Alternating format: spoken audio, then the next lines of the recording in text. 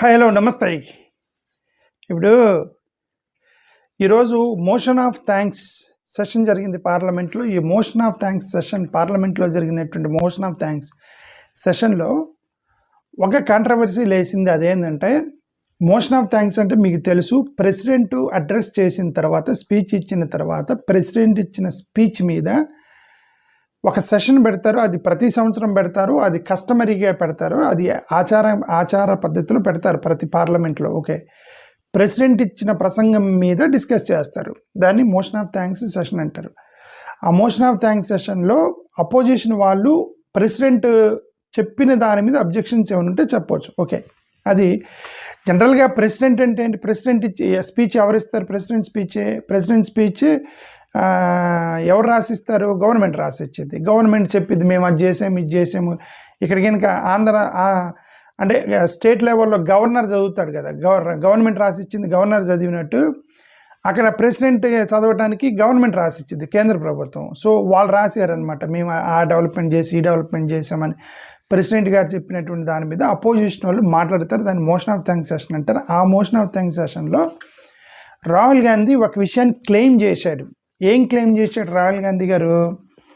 4 Stars of Destiny అని ఒక పుస్తకం గురించి క్లెయిమ్ చేస్తూ చైనా ట్రూప్ వాళ్ళు ఇండియా ఆల్మోస్ట్ 400 meters బోర్డర్ వరకు వచ్చారు అనే దాన్ని మెన్షన్ చేశాడు.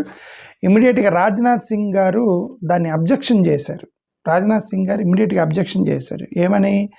నువ్వు అలా క్లెయిమ్ చేస్తావు, చైనా వాళ్ళు మన బోర్డర్ దాకా 400 meters దాకా వచ్చారని నువ్వు ఎలా చెప్పావు అనేది ఇక్కడ పెద్దగా జరిగిన కాంట్రవర్సీ అది. ఓకే, ఇప్పుడు దీని గురించి చూద్దాం. అసలు యాక్చువల్గా ఏంటి ఈ రాహుల్ గాంధీ ఎక్కడి నుంచి క్లెయిమ్ చేస్తున్నాడు దాన్ని, ఏంటి అసలు? ముందు అసలు స్టాండ్ ఆఫ్ ఏంటి చూద్దాం. ఇప్పుడు చూడండి, ఇప్పుడు స్టాండ్ ఆఫ్ చూస్తే ఇప్పుడు ఇది యాక్చువల్గా చైనా, ఇప్పుడు మీకు ఇక్కడ కనిపిస్తున్న చైనా ఇండియా బోర్డర్ ఉంది కదా, ఈ చైనా ఇండియా బోర్డర్కి సంబంధించినటువంటి ఇది చైనా ఇండియా భూటాన్ మధ్యలో డోకలా అనేటువంటి ఒక ప్లేస్ ఉండేది. ఇది చూడండి, డోకలా బటాంగ్లా. నేను ఒకవేళ మీకు అడమొస్తున్నానేమో కొద్దిగా, మీకు కనిపించిన వరకు చూడండి, మీరు అర్థం చేసుకోవడానికి ట్రై చేయండి అంతే. ఓకే, ఇక్కడ ఇండియా చైనా భూటాన్కి మధ్యలో డోక్లాం అనే ఒక ప్లేస్ దగ్గర 3 చౌరస్తా లాంటిది. సిలిగిరి వ్యాలీకి సిలిగిరి కారిడార్ అంటారు. సిక్కింలో సిలిగిరి కారిడార్కి సిలిగిరి కారిడార్, ఆ కారిడార్ దగ్గర డోక్లాల దగ్గర చైనా వాళ్ళు రోడ్డు వేస్తున్నారట. ఏది రోడ్డు? తార్ రోడ్డు వేస్తున్నారు. తార్ రోడ్డు వేస్తుంటే ఇప్పుడు ఇది రెడ్ కలర్ చూసారా? ఈ రెడ్ కలర్దేమో చైనా బార్డర్ అనమాట. చైనా వాళ్ళు క్లెయిమ్ చేస్తున్న బార్డర్. ఇది పింక్ కలర్ ఉంది కదా, ఈ పింక్ కలర్ అనేది భూటాను ఇండియా కలిసి క్లెయిమ్ చేస్తున్నటువంటి బార్డర్ అనమాట. ఇది ఈ పింక్ కలర్. ఇది మధ్యలో ఉన్నది ఏముందో, ఈ మధ్యలో ఉన్నది ఖాళీగా ఉండేది. ఎప్పుడైనా బార్డర్ మరీ ఆతుకొని 2 ఇల్లులకి, ఇప్పుడు ఇంటికి రెండింటికి కామన్ బార్డర్ ఉన్నట్టుగా ఉండదు దేశాలకి. ఈ 2 ఇల్లులు కట్టుకుంటారు కదా పక్క, ఆ ఇంటికి మధ్యలో ఒకటే కామన్ గోడ ఉండేది కదా, అట్లా కట్టరు అనమాట దేశాలకి. వాళ్ళ బార్డర్ ముందుగానే ముగిసిద్ది, వీళ్ళ బార్డర్ ముందుగానే ముగిసిద్ది. ఆ మధ్యలో గ్యాప్ ఉండేది. ఇదంతా గ్యాప్ అనమాట ఇదంతా. ఓకే, ఆ గ్యాప్ ఉంచుతారనమాట. ఆ గ్యాప్లో వీళ్ళు రోడ్లు వేసుకుంటే ఏమైంది? ఈజీగా వచ్చి మన దేశం మీద అటాక్ చేస్తారు కదా. కాబట్టి మీరు అట్లా రోడ్లు వేయటానికి లేదని భూటాన్ అబ్జెక్షన్ చేసింది. ఫస్ట్ భూటాన్ అబ్జెక్షన్ చేస్తే, భూటాన్ చిన్న దేశం కాబట్టి ఇండియా వాళ్ళకి చెప్తే, ఇండియా వాళ్ళు భూటాన్ తరపున మన ట్రూప్ని పంపించారు, మీరు ఎక్కడ రోడ్డు వేయొద్దని చైనా వాళ్ళతోటి. మీరు రోడ్డు వేయొద్దు, రోడ్ కన్స్ట్రక్షన్స్ మీరు అట్లా చేయకూడదు, డెవలప్మెంట్ చేస్తే మీరు ఈజీగా అటాక్ చేస్తారు కదా మా మీద అనేది భూటాన్ ఇండియాకి అబ్జెక్షన్.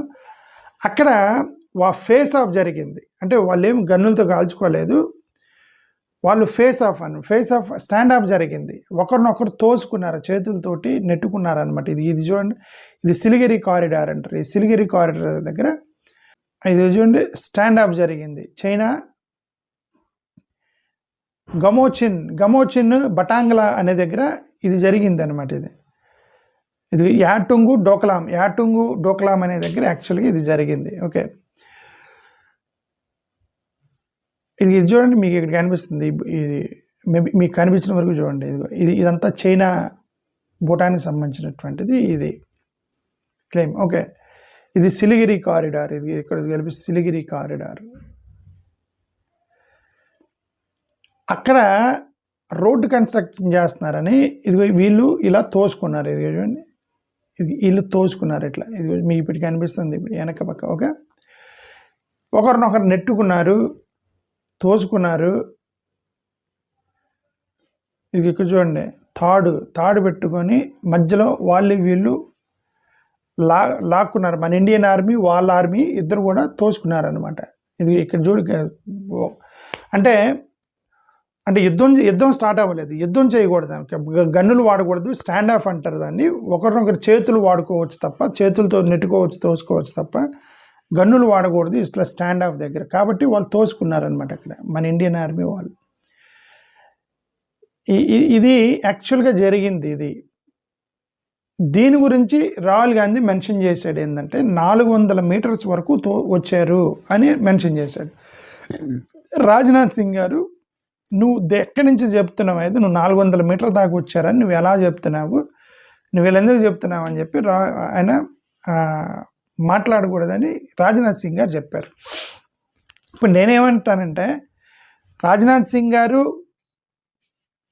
రాహుల్ గాంధీ చెప్పిన దానికి సోర్స్ ఉన్నా లేనా తర్వాత సంగతి, సోర్స్ ఉందా లేదా తర్వాత సంగతి. రాహుల్ గాంధీ చెప్పిన తర్వాత సంగతి. ఇదైతే అబద్ధం కాదు కదా, తోసుకున్నారని.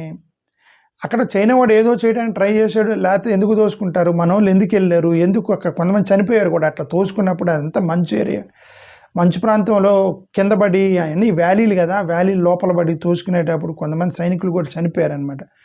అంటే గన్నులు పెట్టి కాల్చుకోకపోయినా నెట్టుకుంటేనే కొంతమంది సైనికులను కోల్పోయారు మన వాళ్ళకి. సో ఇదైతే అబద్ధం కాదు కదా, ఇదంతా నిజమే. సో ఇప్పుడు క్లెయిమ్ ఏంటంటే రాహుల్ గాంధీ 400 మీటర్స్ వరకు బోర్డర్ దాకా వచ్చారనే దాని మీద రాజ్నాథ్ సింగ్ గారు అబ్జెక్షన్ చేశారు. ఈయన రాహుల్ గాంధీ గారు ఎక్కడి నుంచి చెప్తున్నారంటే, ఇది చూడండి, ది కారవాన్ అనేటువంటి ఒక మ్యాగజైన్ వాడు రాశాడని. ఇక్కడ చూడండి మీకు కనిపిస్తుంది, ది కారవాన్ అనేవాళ్ళు ఒక మ్యాగజైన్ రాశారు, దీన్ని కోట్ చేశాడు రాహుల్ గాంధీ. ఇది చూడండి, the caravan magazines post, the caravan The Navaranes movement of truth, the army chief unpublished memoir exposes how the Modi government spun the China border crisis.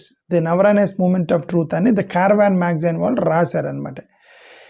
ఇది అంతా రాశారు చూడండి. Lieutenant general Yogesh Joshi, the chief of Indian army's northern command, received a phone call at 8:15 PM on 31st August 2020, informed he received alarmed 4 Chinese tanks support. ఇదంతా కూడా రాశారు.